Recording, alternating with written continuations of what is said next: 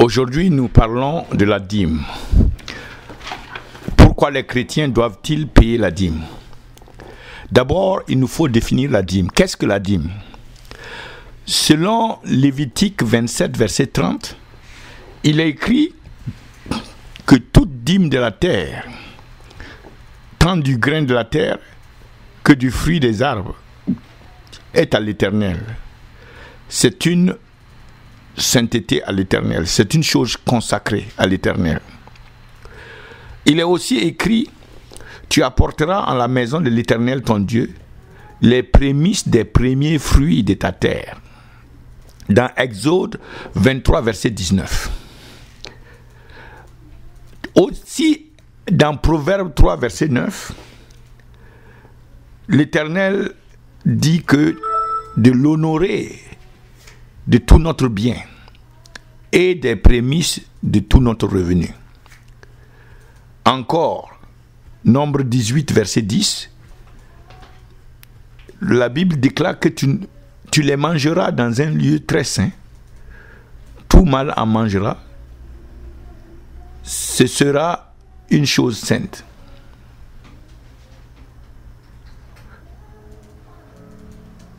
Vous offrirez dans Nombre 18, verset 29, vous offrirez toute l'offrande élevée de l'Éternel, de toutes les choses qui vous sont données, de tout ce qu'il y a de meilleur, pour être la sanctification de la dîme, prise de la dîme même. Voilà quelques versets qui parlent de la dîme. On peut résumer que la dîme, c'est la 10e partie de nos revenus. C'est celle que nous devons réserver à Dieu. La 10e partie, mais pas n'importe quelle 10e partie. C'est la première 10e partie et non pas la dernière 10e partie. Donc de ce fait, la dîme, c'est la meilleure partie de ce que nous avons et non le reste de ce que nous avons, que nous devons donner à Dieu. De ce fait, la dîme est un acte qui reconnaît et qui place Dieu en premier dans nos vies.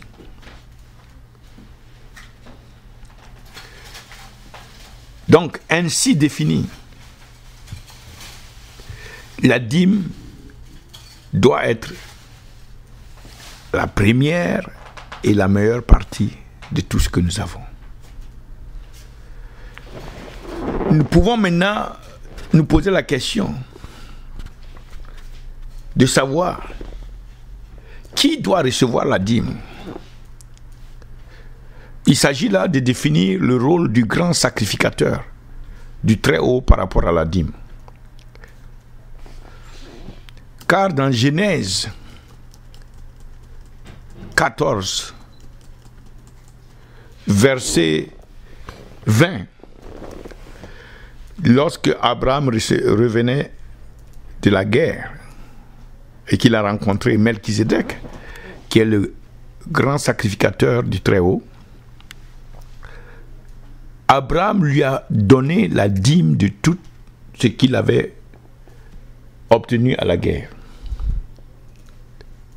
Le rôle du grand sacrificateur du Très-Haut a été de recevoir la dîme des mains d'Abraham pour Dieu. Donc la dîme est pour Dieu, mais c'est le grand sacrificateur qui reçoit la dîme. Son rôle, c'est de recevoir la dîme. La seule chose que Melchizedek est descendu du ciel pour faire, c'est donc de recevoir la dîme, parce que après avoir reçu la dîme des mains d'Abraham, Melchizedek est reparti au ciel. Car il n'a plus jamais été mention de Melchizedek en termes d'action ou de présence dans la Bible, après avoir reçu la dîme des mains d'Abraham.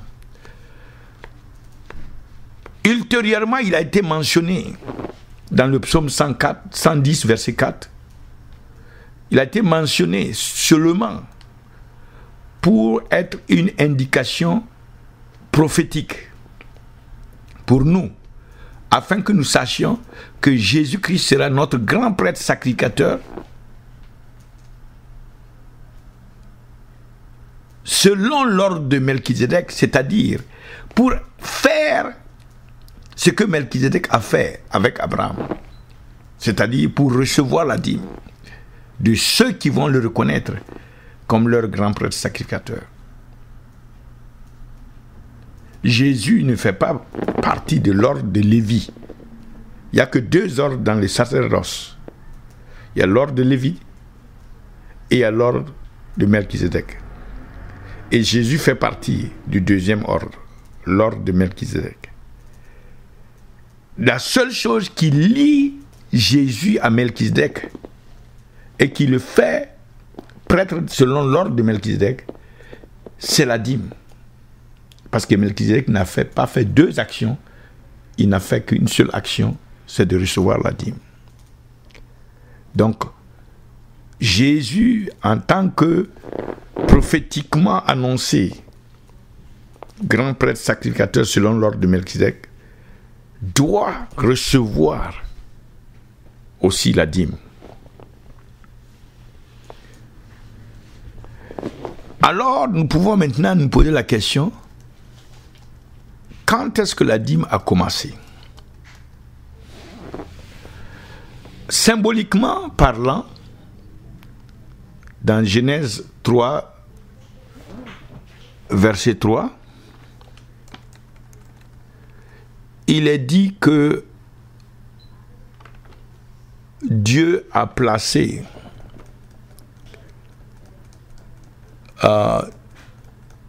Dieu a donné les fruits, tout le jardin, dans le jardin d'Éden. Tout ce qu'il y avait dans le jardin, Adam pouvait toucher à tout, sauf les fruits d'un seul arbre. Donc, symboliquement, ces fruits-là, les fruits de cet arbre-là, auxquels Adam ne devait pas toucher, symboliquement représentent la dîme. La dîme, nous l'avons lu, est sacrée. La dîme appartient à Dieu. Et l'homme ne doit pas toucher à la dîme. Donc le fruit du jardin représentait la dîme. Symboliquement. Et explicitement, maintenant, nous voyons que la dîme a été donnée premièrement par Abraham à Melchizedek. Comme nous l'avons déjà annoncé, Genèse 14, verset 20.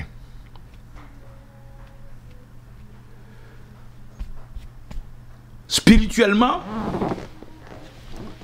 nous pouvons dire que la dîme représente la gloire de Dieu. Parce que Dieu a dit que c'est ce qu'il ne va pas partager.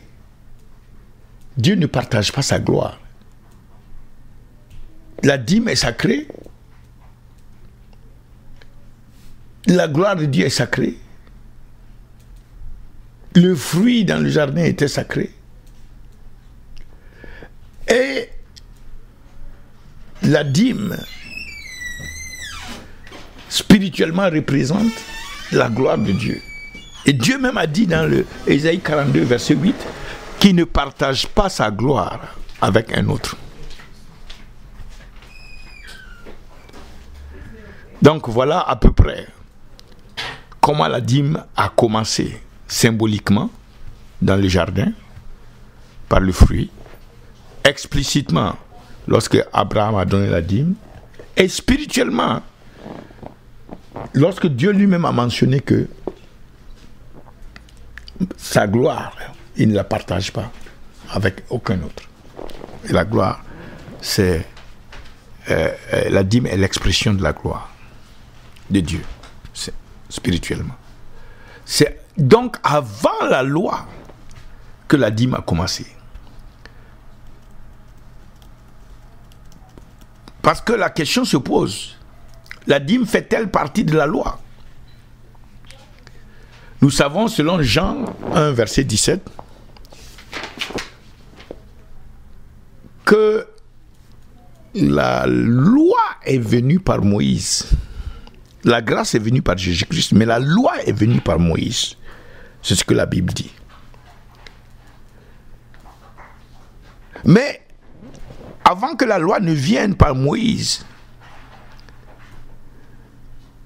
c'est-à-dire la loi est venue dans Exode 20, que nous voyons les 10 commandements qui ont été remis à Moïse et qui représentent la loi en substance. Avant Exode 20, avant que Moïse ne reçoive la loi, déjà il a été question depuis Genèse, et nous avons déjà donné des versets. Ne serait que Genèse 14, verset 20. La dîme a été déjà mise en application entre Abraham et Melchizedek. Donc, la dîme ne fait pas partie de la loi. La loi peut venir établir la dîme, la renforcer, mais la loi n'est pas l'origine de la dîme. Donc, la dîme ne fait pas partie de la loi, n'a pas commencé avec la loi. La dîme est avant la loi.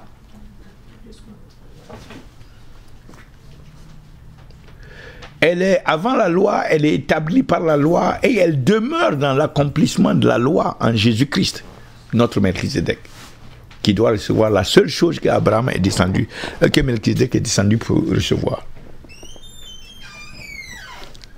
Donc nous pouvons résumer que la dîme était avant la loi. La dîme est établie et renforcée par la loi. Et la dîme a continué et demeure dans l'accomplissement de la loi en Jésus-Christ. Car Jésus-Christ, notre Melchizedek, se doit de recevoir notre dîme, qui est la seule chose qui les lie à Melchizedek dans l'ordre de Melchizedek. Cette question, donc, est claire. Nous allons poser une autre question. Quelles sont les implications alors pour les enfants d'Abraham en Christ que nous sommes?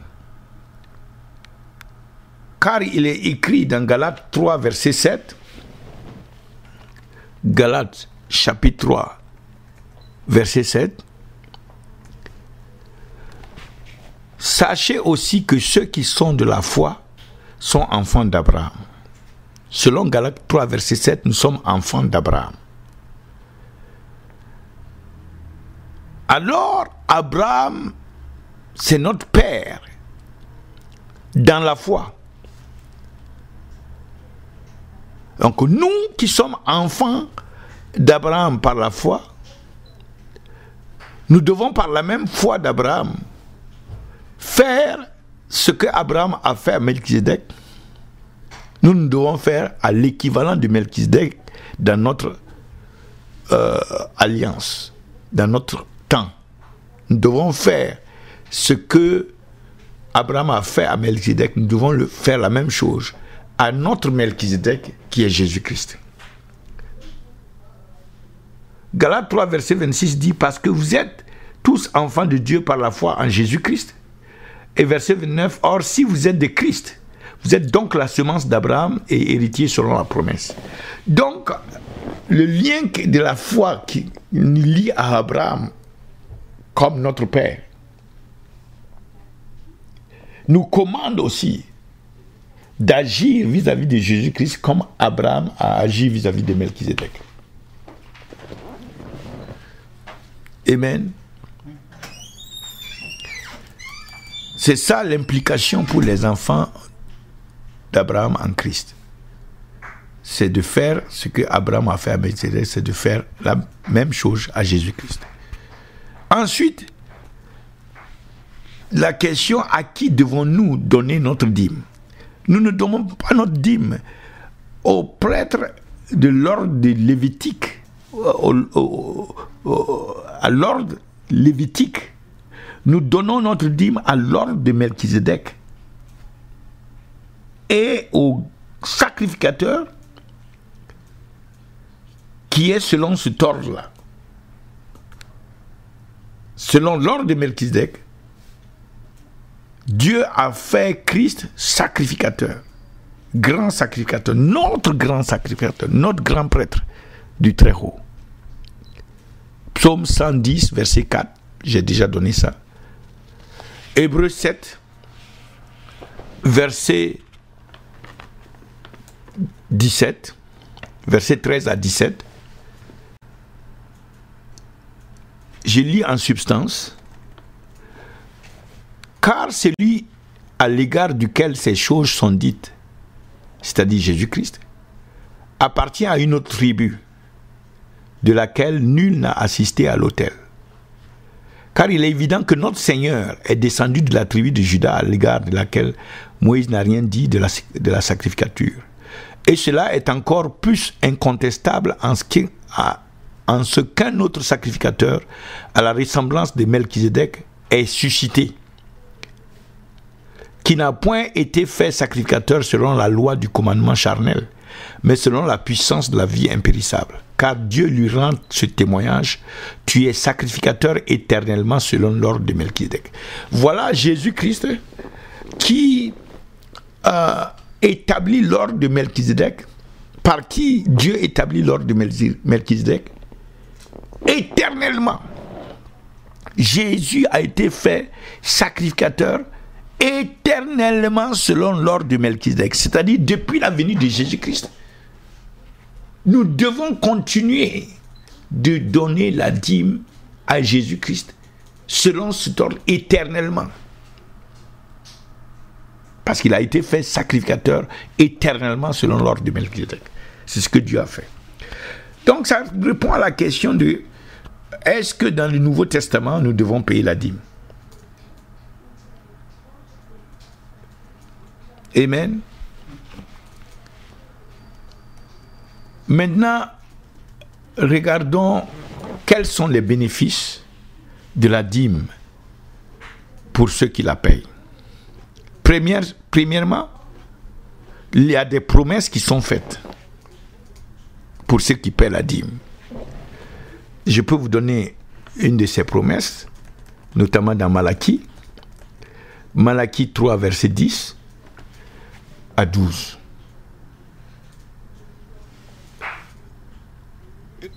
Verset 10 dit ceci. Apportez toutes les dîmes au lieu ordonné pour les garder, et qu'il y ait provision dans ma maison. Et dès maintenant, éprouvez-moi en ceci, a dit l'Éternel des armées, si je ne vous ouvre les canaux des cieux, et si je ne répands en votre faveur la bénédiction, en sorte que vous n'y pourrez point suffire. Et je réprimerai pour l'amour de vous le dévorateur, et il ne vous ravagera point les fruits de la terre, et vos vignes ne seront point stériles dans la campagne, a dit l'Éternel des armées. Toutes les nations vous diront heureux, parce que vous serez un pays souhaitable, a dit l'Éternel des armées. Voilà quelques promesses que Dieu a proclamées pour ceux qui payent la dîme. Lorsque nous prions pour une bénédiction, le Seigneur a promis d'envoyer une prospérité, une abondance dans chaque aspect de notre vie. Et nous ne payons pas. Et si nous ne payons pas, c'est le contraire qui nous arrive. Tout ce que nous touchons meurt.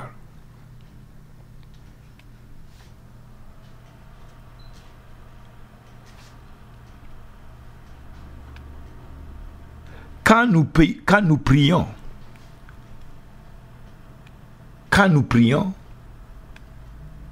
nous payons la dîme, l'Éternel apporte des bénédictions et réprimande le dévorateur pour nous. Il bénit l'œuvre de nos mains, nos affaires prospèrent. Et l'inverse aussi s'accomplit quand nous ne payons pas. Donc ça, c'est pour souligner quelques promesses. D'autres aspects des bénédictions, c'est que notre vie, comment la dîme affecte-t-elle notre vie?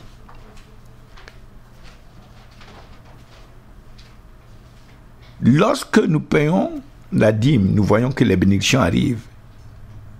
Et lorsque nous ne payons pas la dîme, nous devons comprendre que cela apporte une malédiction. Parce que la Bible dit que, verset 8, dans Malachie 3, verset 8, que l'homme pillera-t-il Dieu? L'homme volera-t-il Dieu? Dieu dit oui, vous me volez. Et vous dites, en quoi t'avons-nous volé? Dieu dit que vous l'avez fait dans les dîmes et les offrandes. Et la Bible dit, vous êtes certainement maudits. Parce que vous me pillez, vous, toute la nation.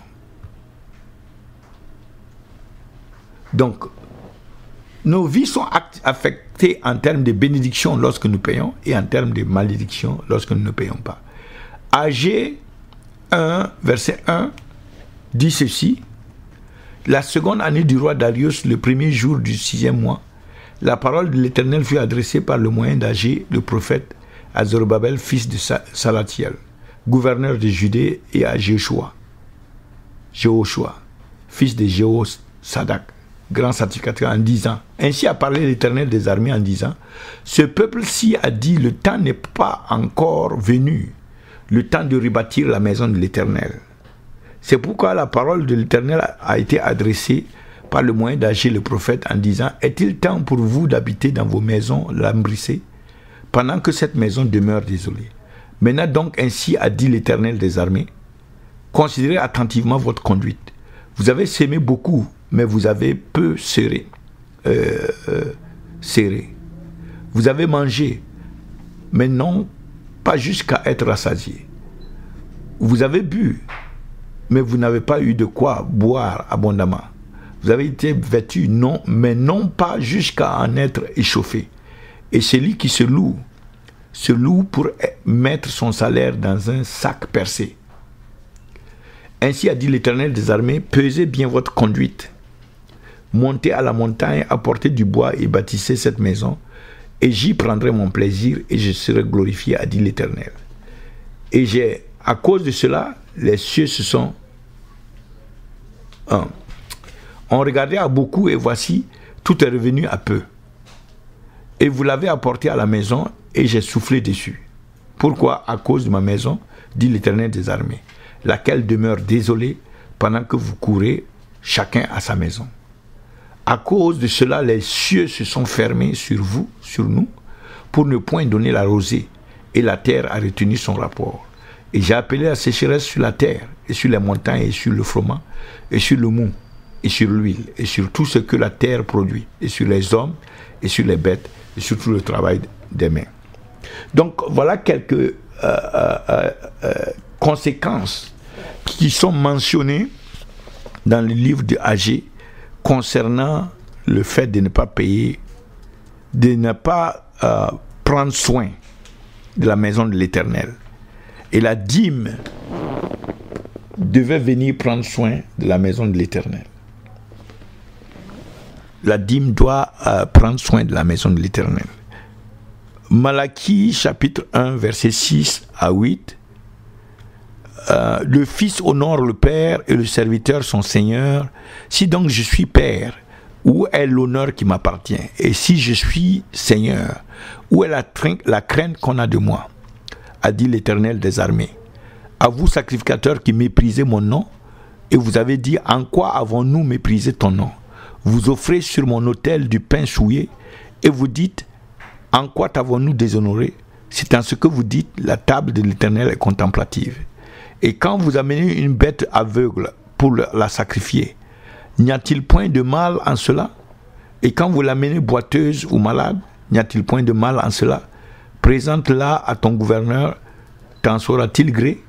Ou te recevra-t-il favorablement, a dit l'Éternel des armées. Voilà le Seigneur qui dit que lorsque vous apportez des offrandes, vous faites des dons, vous apportez quelque chose, mais qui n'est pas en bon état, vous apportez ça, même votre gouverneur ne sera pas satisfait de vous. À combien plus fort raison, moi que vous appelez votre Père ou votre Seigneur. Donc, l'aspect d'apporter premièrement les prémices, les premiers fruits, et non pas les derniers, et non pas ce qui reste. Cet aspect ressort ici. Dieu n'est pas content lorsqu'on lui donne seulement les restes de nos revenus. Nous devons lui donner les prémices de nos revenus. Comment la dîme affecte-t-elle notre adoration? Nous avons vu dans Genèse 14, verset 20, que Abraham a reçu la parole que Melchizedek lui a donnée, la révélation concernant Dieu, en disant que c'est le Très-Haut, le possesseur des cieux et de la terre, celui qui lui a donné la victoire. C'est en ces termes que Melchizedek a parlé à Abraham de Dieu. En trois aspects: que Dieu est le Très-Haut, Dieu est le possesseur des cieux et de la terre, et Dieu est celui qui combat nos batailles et qui nous donne la victoire. Lorsque Abraham a accepté ces trois révélations, Abraham alors a béni Dieu avec le 10e du butin qu'il a eu de la guerre. Parce que Abraham a reconnu Dieu comme le Très-Haut, comme celui qui possède les cieux et la terre, et comme celui qui lui a donné la victoire. Donc voilà des caractéristiques qui affectent l'esprit d'Abraham concernant Dieu. Le fait de proclamer la révélation que nous avons reçue, que Dieu est le Très-Haut, Dieu est le plus élevé de tous, c'est une adoration. Le fait de proclamer que Dieu est le possesseur des cieux et de la terre, c'est une adoration. Le fait de proclamer que Dieu est le plus puissant, celui que nul ne peut vaincre, c'est une adoration. Et c'est sur la base de cette adoration que Abraham a donné la dîme à Dieu à travers son sacrificateur. Donc le don de la dîme vient comme une conséquence de l'adoration, comme une expression de notre adoration à Dieu. Celui qui n'a pas de révélation de Dieu ne peut pas donner la dîme. À qui? Et pourquoi? Donc le fait de donner la dîme a un lien avec l'adoration que nous avons de Dieu. La dîme fait partie de notre adoration. Maintenant, nous posons la question: comment la dîme affecte-t-elle notre descendance? Nous avons vu dans Hébreux 7, à partir du verset 7 à 9, que lorsque Abraham a payé la dîme à Melchizedek, Lévi qui était dans le sein, dans les reins d'Abraham, la Bible dit que Lévi aussi a payé la dîme. Alors que Lévi est la 4e génération après Abraham. Lévi est la 4e génération. Donc, les générations à venir, les générations après nous, sont affectées par le fait de payer ou de ne pas payer la dîme. Si nous payons la dîme aujourd'hui, nos générations sont affectées, comme des générations aussi qui ont payé la dîme. Notre descendance, disons, les générations descendantes. Si nous ne payons pas la dîme, nous n'avons pas donné l'opportunité à nos générations, à nos descendances, de payer la dîme aujourd'hui, bien qu'elle soit encore dans nos reins. Ce qui veut dire qu'il y a des bénédictions qui peuvent être déclenchées par le fait que je paie la dîme aujourd'hui à Dieu, des bénédictions sont déclenchées dans ma descendance. Et le fait de ne pas payer, des malédictions sont aussi déclenchées dans nos descendances. Donc le geste, notre décision de payer ou de ne pas payer, n'affecte pas seulement que notre vie. Ça va au-delà. Dieu n'a-t-il pas dit qu'il est le Dieu d'Abraham, d'Isaac et de Jacob? Donc c'est un Dieu de génération. Il a dit qu'il paie, dans Exode 20, il a dit que c'est lui qui bénit jusqu'à la 1000e génération. Il a dit aussi que ceux qui tombent dans l'idolâtrie, il dit qu'il va les punir aussi jusqu'à la 3e et 4e génération. Donc il y a des gestes, des actes, des attitudes que nous avons aujourd'hui qui affectent nos descendances. Et moi, je veux que ma descendance soit affectée positivement. Donc, je me détermine à payer la dîme. Dans Malachie 3, verset 9 aussi, il est question, Malachie 3, verset 9, voilà, vous êtes certainement maudits parce que vous me pillez, vous toute la nation. Voilà, ça peut affecter toute la nation, ça peut affecter la descendance. Dans Hébreux 7, 7, or sans contredire, celui qui est le moindre est béni par celui qui est le plus grand. Verset 8, et ici les hommes qui sont mortels prennent les dîmes, mais là celui-là les prend, duquel il est rendu témoignage qu'il est vivant. Et par manière de parler, Lévi même qui prend des dîmes a payé la dîme à Abraham. Voilà, pendant qu'il était encore dans les reins d'Abraham. Maintenant, nous allons poser une autre question. Peut-on payer les offrandes si on ne paie pas la dîme? Malachie 3, verset 8 mentionne que l'homme volera-t-il Dieu? Que vous me volez? Et vous dites, en quoi t'avons-nous volé? Vous l'avez fait dans les dîmes et dans les offrandes. Donc, Dieu a parlé de dîmes avant de parler des offrandes. Dans Malachie 3, verset 8. Les dîmes appartiennent déjà à Dieu. C'est la part de Dieu. Ce n'est pas un don, un cadeau que nous faisons à Dieu. C'est une propriété de Dieu et c'est sacré. Donc si nous ne lui donnons pas la 10e partie, la première 10e partie, nous devenons voleurs. Alors dans ces conditions, si nous donnons les offrandes, le fait que nous avons volé ce qui appartient déjà à Dieu en ne payant pas la dîme, annule les bénédictions, puisque en tant que ayant volé la dîme, il y a déjà des malédictions que le fait de donner les offrandes ne peut pas changer. En ne donnant pas la dîme, nous sommes déjà sous la malédiction.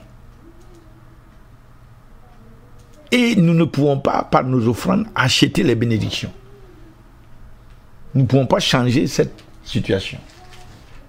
Donc, ce que nous donnons comme offrande n'est pas encore offrande tant que nous n'avons pas donné la dîme. C'est quand après nous avons donné la dîme, après avoir donné la dîme, nous sommes sous la bénédiction, alors nous choisissons de faire un cadeau, un don. Parce que la dîme n'est pas le don. La dîme c'est appartenait déjà à Dieu. Ça nous permet seulement de nous positionner pour la bénédiction. Et nous pouvons choisir maintenant de faire un cadeau, un don.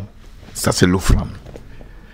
Et ce cadeau et ce don n'a de place que lorsque nous avons rendu à Dieu ce qui lui appartient déjà. Nous pensons avoir répondu aussi à cette question. Peut-on payer les offrandes si on n'a pas payé la dîme? Non. Il faut d'abord nous positionner en donnant ce qui appartient d'abord premièrement à Dieu. Et après, maintenant, on peut donner les offrandes qui sont les dons que nous faisons à Dieu. Nous remercions Dieu pour ces révélations qu'il nous a données. Et nous bénissons tous ceux qui vont écouter ces révélations et les appliquer. Que l'Éternel vous bénisse au nom de Jésus-Christ. Amen.